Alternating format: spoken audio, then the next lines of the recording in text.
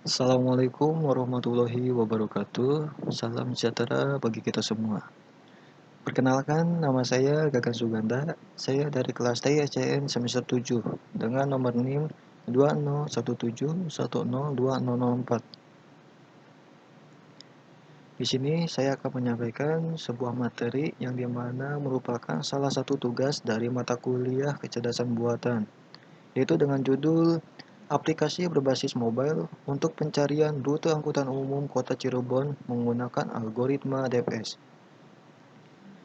Pada aplikasi ini, saya menggunakan satu metode, yang dimana metode tersebut menggunakan algoritma DFS. Apa sih algoritma DFS itu? Lalu apa keuntungannya menggunakan algoritma tersebut? Algoritma DFS adalah algoritma pencarian pada sebuah pohon dengan menelusuri satu cabang sebuah pohon sampai menemukan solusi. Pencarian dilakukan pada satu node dalam setiap level dari yang paling kiri dan dilanjutkan pada node sebelah kanan. Jika solusi ditemukan, maka tidak diperlukan proses backtracking, yaitu penelusuran balik untuk mendapatkan jalur yang diinginkan. Pada algoritma DFS, pemakaian memori tidak banyak, karena hanya node-node pada lintasan yang aktif saja yang disimpan. Selain itu, jika solusi yang dicari berada pada level yang dalam dan paling kiri, maka DFS akan menemukan secara cepat. Sini merupakan pengertian dari Corman pada tahun 2009. Lalu keuntungan menggunakan algoritma DFS adalah yang pertama itu DFS membutuhkan memori yang relatif sangat kecil karena hanya simpul dalam file yang disimpan. Yang kedua, DFS mungkin menemukan sebuah solusi tanpa menguji banyak jangkauan pencarian. DFS berhenti ketika salah satu solusi ditemukan. Proses pencarian ini akan dengan cepat mencapai kedalaman ruang pencarian. Jika diketahui bahwa lintasan solusi problem akan panjang, maka pencarian DFS tidak memboroskan waktu untuk melakukan graph problem. Pencarian DFS jauh lebih efisien untuk pencarian dengan banyak cabangan, karena tidak perlu harus mengevaluasi setiap simpul pada suatu tingkat tertentu pada daftar open. Ruang yang dipakai dalam proses pencarian ini merupakan fungsi linear dari panjang lintasan. Lalu di sini terdapat penerapan algoritma DFS. Gambar di sini merupakan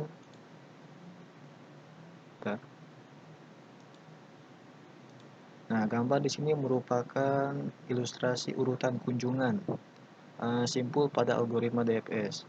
Ada root 1, 2, dan seterusnya. Nah, pada metode DFS ini hampir mirip dengan model penelusuran dengan metode pohon. Penelusuran diawali dengan cabang yang kiri. Nah, yang cabang yang paling kiri pada node melalui hingga pencapaian node yang terakhir sampai terakhir sini.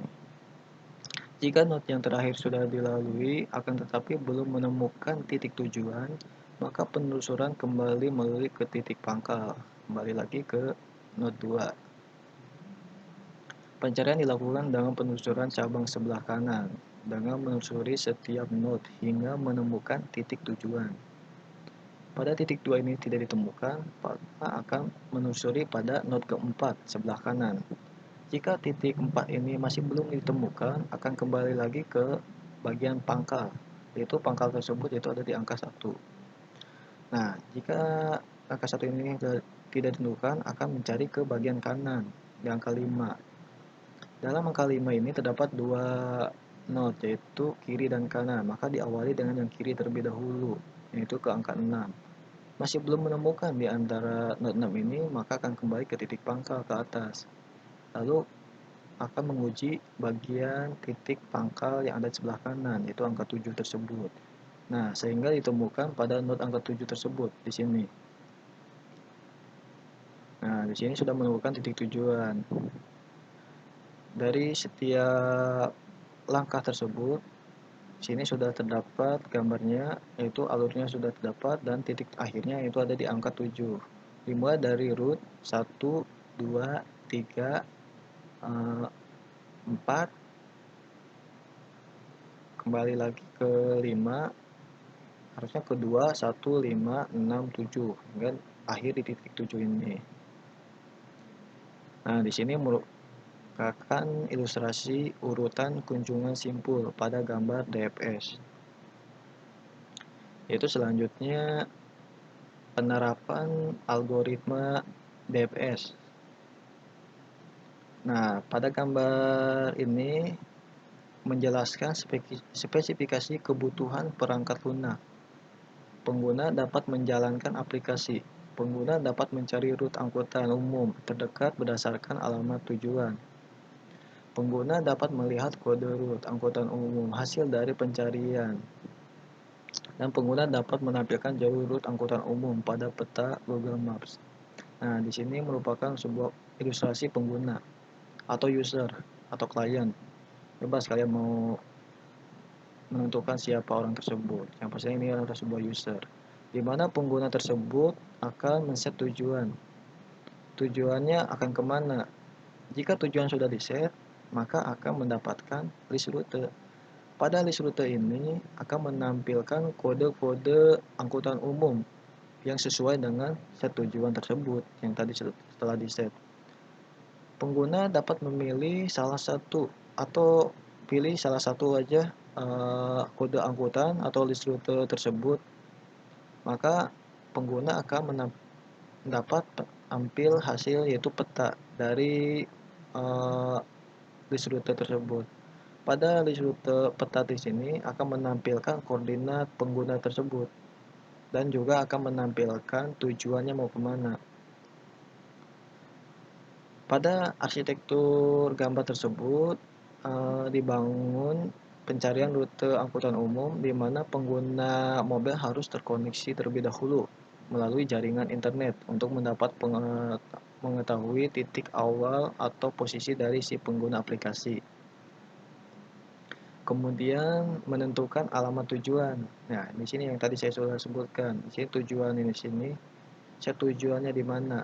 Lalu akan mendapatkan hasil rute yang berupa kode-kode angkutan umum yang sesuai dengan tujuan si pengguna tersebut.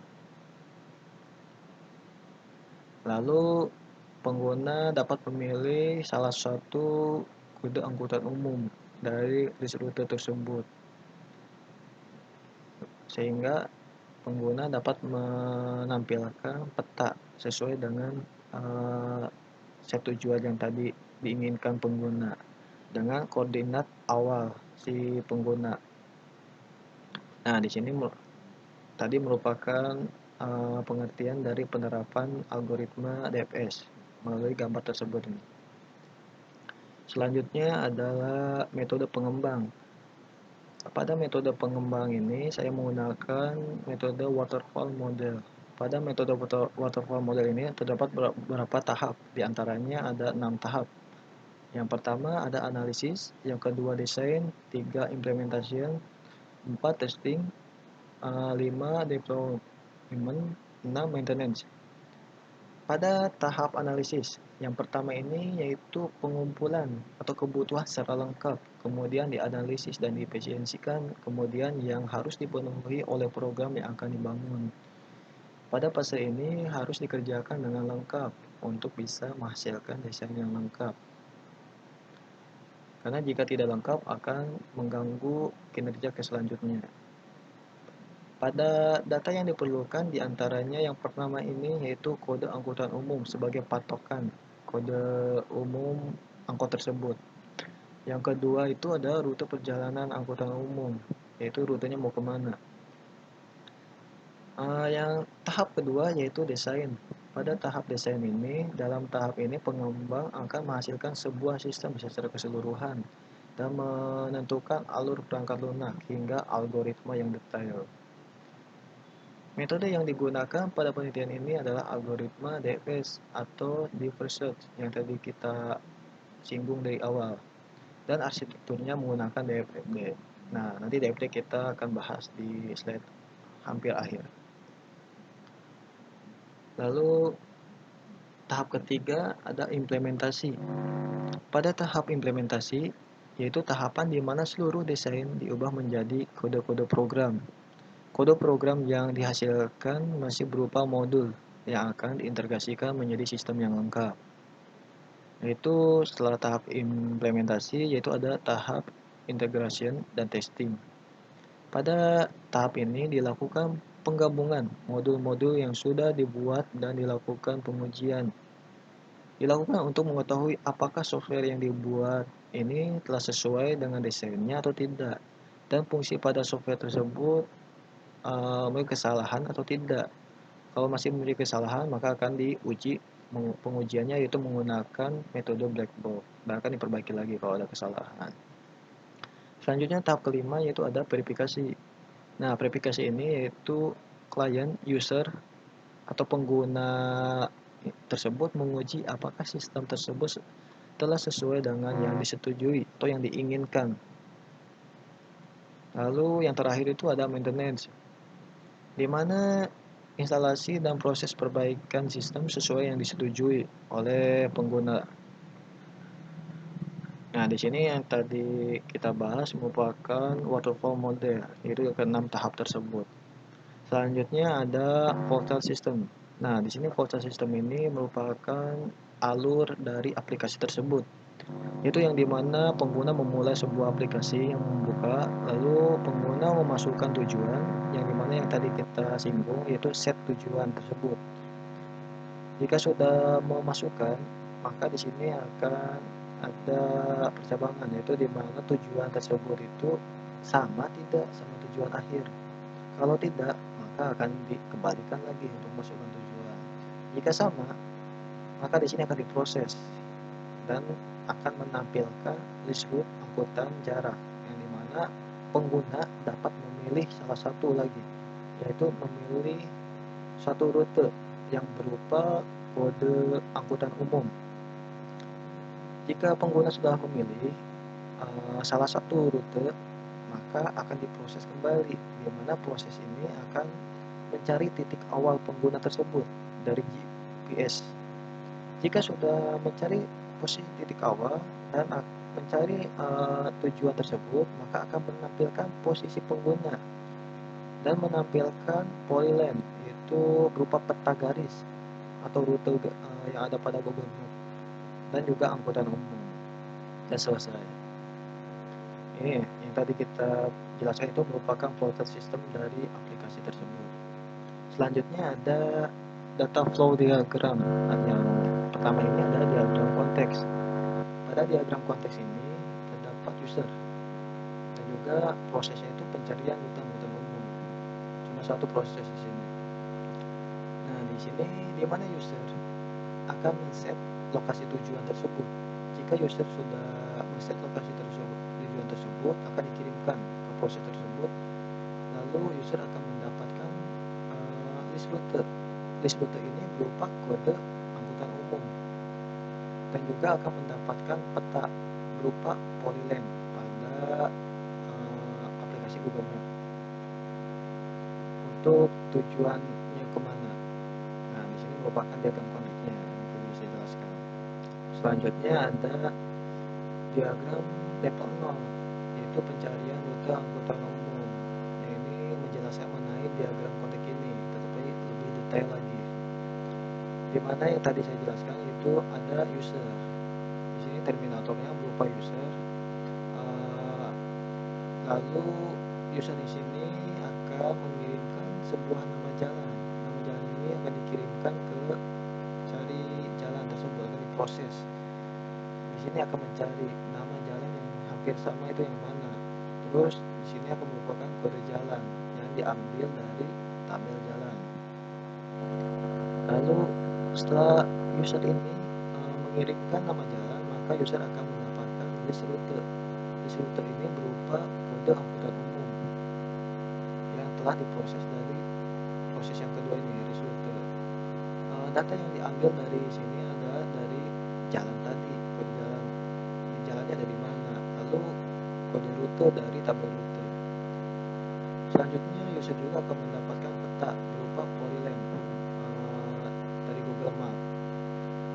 Di sini Kata tersebut akan mengkoordinasikan yaitu koordinat rute dan koordinat user awal tersebut. Itu koordinatnya akan diambil dari tabel koordinat dan juga dari rute tadi dari jalan tersebut. Nah, di sini merupakan diagram level 0. Karena di sini cuma hanya sampai level 0, tidak ada lagi penjelasan mengenai level 1 karena ini sudah diagram level akhirnya di sini. Selanjutnya yaitu kesimpulan. Dari kesimpulan yang tadi kita bahas, pada aplikasi tersebut dapat memberikan kemudahan kepada masyarakat pengguna angkutan umum untuk mengetahui informasi kode angkutan umum melalui smartphone dan mendapatkan solusi rute-rute angkutan umum yang terdekat menggunakan algoritma DFS. Yang kedua ini memberikan informasi jalur rute angkutan umum menggunakan Polyland pada Google Map versi 2 dan memberikan informasi rute angkutan umum wilayah Cirebon.